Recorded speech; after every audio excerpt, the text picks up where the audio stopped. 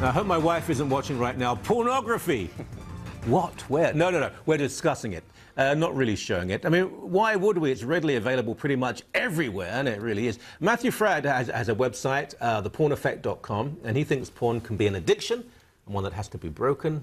An addiction? Sure.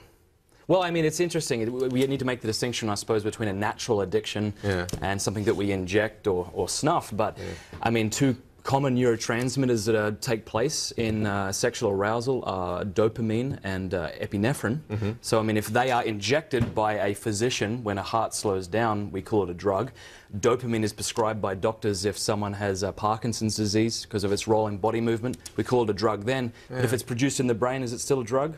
And I'd say yes. Now, I should point out, I don't know a whole lot about addiction, so I don't want to get in over my head, but from the cases that I deal with, just the people I speak to, it's definitely difficult. I mean, it's almost like by looking at pornography, the pleasure thermostat in the brain kind of becomes reset, and they need more porn, and they need harder types of porn just to kick even. First of all, that is very interesting because the arousal, within sexuality, the arousal, obviously there must be some sort of chemical change. It is, I mean, people think it's down here, it's not, it's up here. Everything is up here, really.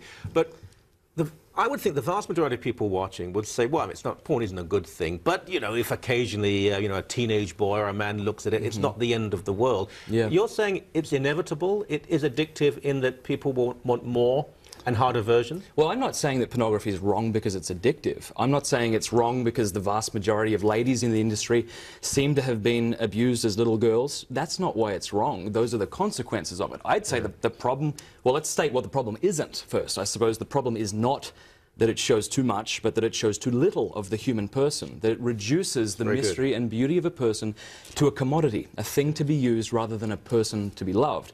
So we need to make that distinction. The problem with pornography isn't the naked body, because the naked body is good, and it's not sex. See yourself. Hey, dude, I have a wife. I can say, as a married man, that the naked body is very good.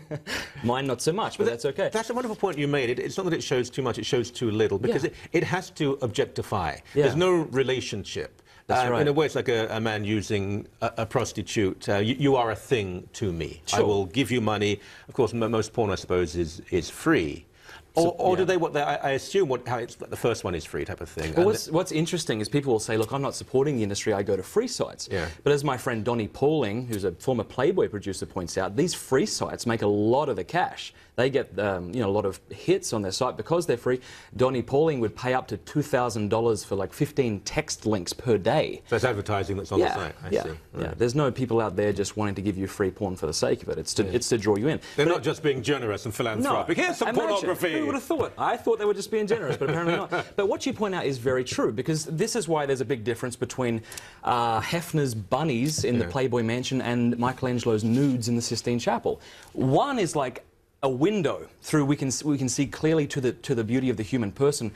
Pornography is like a house of mirrors. It distorts our understanding of woman and man and sexuality, in my opinion. And I assume, again, most men, and it is overwhelmingly men, I know some feminists claim it's not, but it is. Men have the corner market on visual pornography, but that's not to say that there is a growing number of young women that most certainly are looking at visual pornography, and we need to deal with that.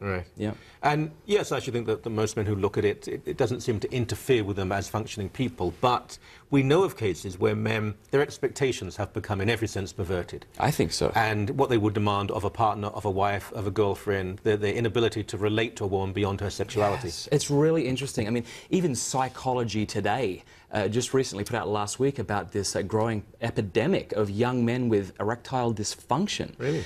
I mean, this is anything but a Christian or religious site. This is clearly very secular, and I wouldn't recommend half the stuff they suggest. But in this, they were saying there was a growing number of young men with erectile dysfunction because they just simply can't get it up around a real woman anymore. To use the scientific terminology. I think that is scientific. It's tragic. And so it because they've seen so much porn? Yeah, because as I said, I mean, what happens is the dopamine cells themselves, which give us this pleasure, begin to shrink, and the nucleus accumbens, which is at the center of our brain, the reward cells in the nucleus accumbens, smarter people than myself tell me, become starved for dopamine, and so they need more porn and you know, dirtier and dirtier stuff just to kick even. And so you get into a relationship with a real woman, and all of a sudden she doesn't wake up with a pair of bunny ears on, and you know, you're like, well, how... And not just dirtier and dirtier, but closer to illegality, sadistic, if someone can be used merely for pleasure, well, they can be used in all sorts of ways. Yeah, and I suppose the argument against that would be, well, these are two consenting adults, so I have the right to do it. But my argument would be, just because you have a right to do something, that's very different than a thing being right to do. So, of course, you know, your people who are watching this television show are hopefully intelligent adults who can make their own decisions. I'm not saying that they can't, but what I'm saying is, if they want to be happy, if they want anything that resembles love, if they want the true desires of their heart to be fulfilled, trash the stuff. Okay, give me the website again, please. Theporneffect.com. Theporneffect.com. I wish we had longer. Will you be available to come back in a couple of weeks' time, maybe? No, I'll be in San Diego. You'll be in the States. Well, next time you're in town, because I find this is fascinating, actually. And I feared that you would give us some, you know, Bible thumping. But this is very, very good stuff indeed. Thank you. Thank you so much for your time. You're welcome. Appreciate it. Now,